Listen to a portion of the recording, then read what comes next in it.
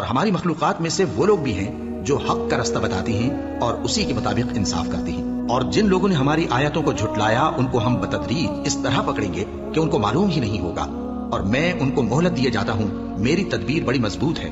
کیا انہوں نے غور نہیں کیا کہ ان کے رفیق یعنی پیغمبر کو کسی طرح کا بھی جنون نہیں ہے؟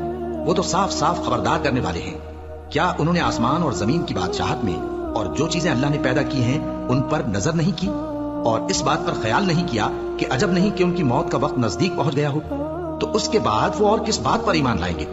جس شخص کو اللہ گمراہ رہنے دے اس کو کوئی ہدایت دینے والا نہیں، اور وہ ان گمراہوں کو چھوڑے رکھتا ہے کہ اپنی سرکشی میں پڑے بہکتے رہے۔ یہ لوگ تم سے قیامت کے بارے میں پوچھتے ہیں کہ اس کے واقع ہونے کا وقت کب ہے؟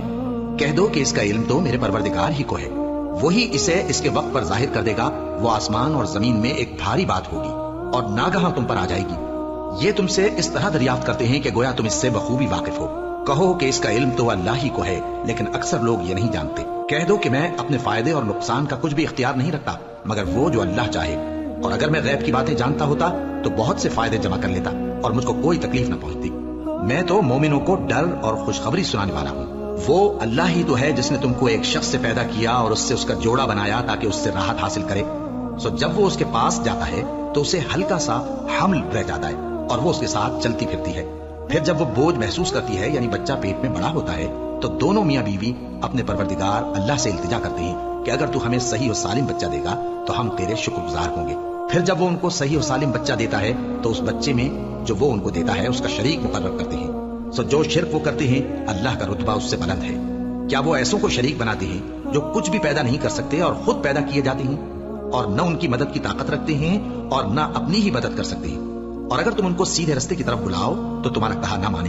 تمہارے لیے برابر ہے کہ تم ان کو بلاؤ یا چپ کے ہو رہو۔ مشرکو، جن کو تم اللہ کے سوا پکارتے ہو تمہاری طرح کے بندے ہی ہیں۔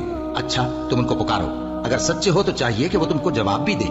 بھلا ان کے پاؤں ہیں جن سے چلیں، یا ہاتھ ہیں جن سے پکڑیں، یا آنکھیں ہیں جن سے دیکھیں، یا کان ہیں جن سے سنیں؟ کہہ دو کہ اپنے شریکوں کو بلا لو اور میرے بارے میں جو تدبیر کرنی ہو کر لو، اور مجھے کچھ مہلت بھی نہ دو، پھر دیکھو کہ وہ میرا کیا کر سکتے ہیں۔ میرا مددگار تو اللہ ہی ہے جس نے کتاب برحق نازل کی، اور وہ نیک لوگوں کو دوست رکھتا ہے۔ اور جن کو تم اللہ کے سوا پکارتے ہو وہ نہ تمہاری مدد کی طاقت رکھتے ہیں اور نہ خود اپنی ہی مدد کر سکتے ہیں۔